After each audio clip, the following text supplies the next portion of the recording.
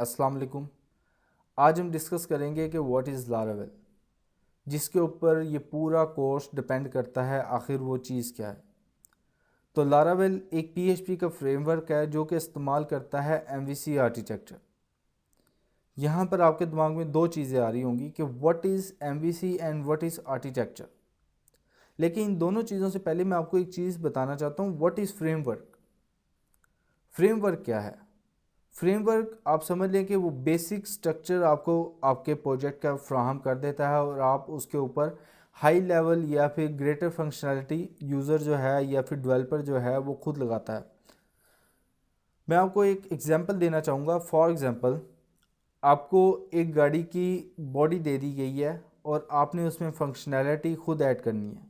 मतलब उसके कितने गेयर्स होंगे, वो कितने सीसी की होगी, कितनी उसकी हॉर्स पावर होगी, तो ये आपने खुद उसमें डिफ़ाइन करनी है। तो इसी तरह फ्रेमवर्क होता है, वो आपको बेसिक स्ट्रक्चर आपका दे देता है। उसके बाद वो कहता है कि भाई इसमें जितनी भी एडवांस फंक्शनैलिटीज़ करनी है वो आप खुद कर सकते हैं।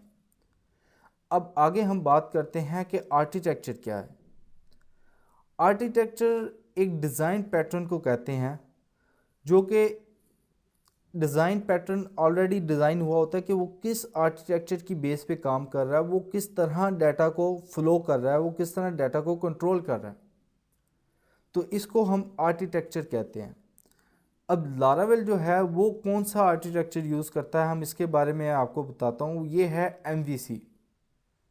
अब यहाँ पर जो ज़्यादातर चीज़ें हैं वो क्लासेस में हैं। अगर आपने ऊपर पढ़ी है तो आपको पता होगा कि व्हाट इज़ क्लासेस। यहाँ पर लारावेल में जो एम है वो स्टैंड फॉर करता है मॉडल के बारे में। M stand for model. और मॉडल में हमारे पास क्या चीज़ें आती हैं कि ये आपकी डेटाबेस के साथ डील करता है। फॉर एग्ज़ाम्पल, आप जब एसक्यूएल यूज़ करते हैं पीएचपी में, तो वो आप कोडिंग के ज़रिए उसके साथ इंटरेक्ट कर रहे होते हैं।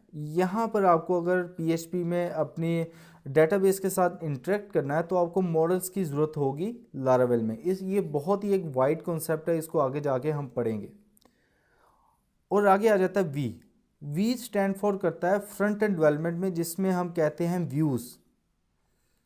ये व्यूज़ वी स्टैंड फॉर करता है व्यूज़ के लिए, और ये डील करता है आपके प्रोजेक्ट के फ्रंट एंड से।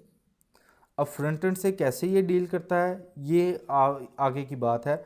इसमें हम ब्लेड टेम्पलेट यूज़ करते हैं। सो मैं वहाँ उस चीज़ की यहाँ पर बात करके आपको कंफ्यूज नहीं करना चाह रहा। उसके बाद जो हमारे पास आता है वो आता है कंट्रोलर। अब कंट्रोलर का क्या काम है? एम डेटाबेस से डील करता है, व्यू जो है वो फ्रंट एंड से डील करता है।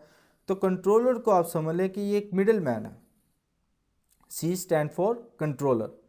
ये एक मिडिल मैन के तौर पे काम करता है। मिडिल मैन के तौर पे अब कैसे काम करता है? अब अगर यूज़र ने कोई उसको कमांड दी है व्यूज़ के ज़रिए से, तो वो कंट्रोलर के पास आएगी और फिर कंट्रोलर डेटाबेस के पास जाएगा, मतलब मॉडल्स के पास जाएगा, और मॉडल को कहेगा कि भाई ये डाटा मुझे रिक्वायर है, और फिर मॉडल से वो डाटा लाकर कंट्रोलर दोबारा व्यू को देगा। होपफुली आपको समझ आ गई होगी।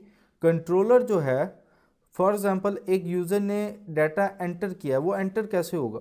सबसे पहले उसके सामने तो व्यू आ रहा होगा ना, उसके सामने फ्रंट एंड आ रहा होगा। तो व्यू से डाटा जाएगा कंट्रोलर के पास। कंट्रोलर उसको स्टोर करेगा मॉडल के पास, जो कि मॉडल के पास डेटाबेस है। तो वो उसमें जाके वो मॉडल को वो डाटा देगा और मॉडल उसे डेटाबेस में सेव करेगा। इस जगह पे मैं इससे ज़्यादा इस पे एलेबोरेशन नहीं करना चाह रहा, क्योंकि मुझे पता है अभी आप बिगनिंग लेवल पर हैं तो आप कंफ्यूज हो जाएंगे। लेकिन मैंने आपको एक ओवरव्यू दे दिया, एक रफ ओवरव्यू दे दिया कि how this will be work. So thank you very much for watching this video. इंशाल्लाह I will see you in the next video.